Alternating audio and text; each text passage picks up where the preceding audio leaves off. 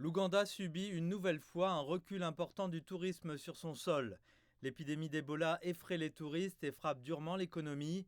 Les organisateurs de safaris disposant de lodges dans les zones protégées à la frontière avec la RDC signalent des annulations de voyages. Lorsque la nouvelle de l'épidémie a été annoncée, beaucoup ont annulé. Ils ne veulent plus venir en Ouganda. Il y a beaucoup de panique. Nous ne savons pas si l'autorité ougandaise de la faune sauvage remboursera l'argent, car les permis pour observer les gorilles ont déjà été achetés, ni si les touristes envisageront de reporter leur voyage et de venir plus tard dans l'année.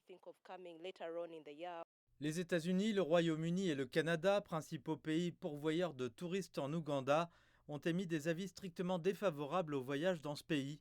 En conséquence, des endroits comme les villages d'artisanat de Kampala n'ont pas vu de touristes depuis des jours, ce qui brosse un tableau sombre du secteur. Avant, nous recevions au moins des clients qui venaient acheter nos produits, mais dès que la nouvelle concernant Ebola s'est répandue.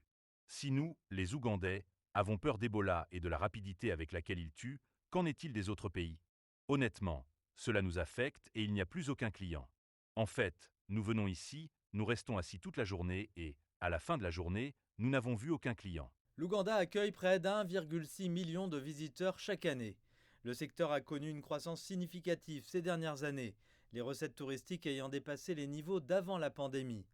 Les acteurs du tourisme affirment que les risques économiques liés à l'épidémie d'Ebola pourraient ne pas être aussi graves que ceux ressentis pendant la pandémie de Covid.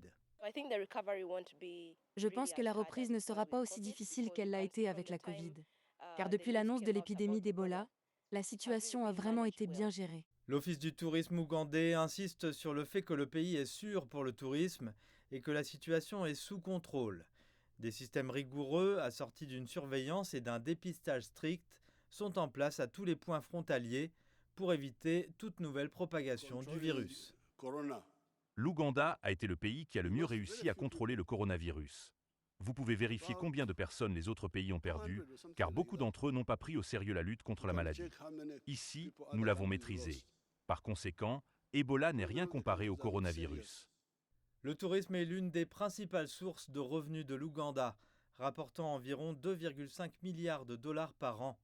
Les parcs nationaux du pays ont donc besoin que les visiteurs étrangers reviennent dès que possible.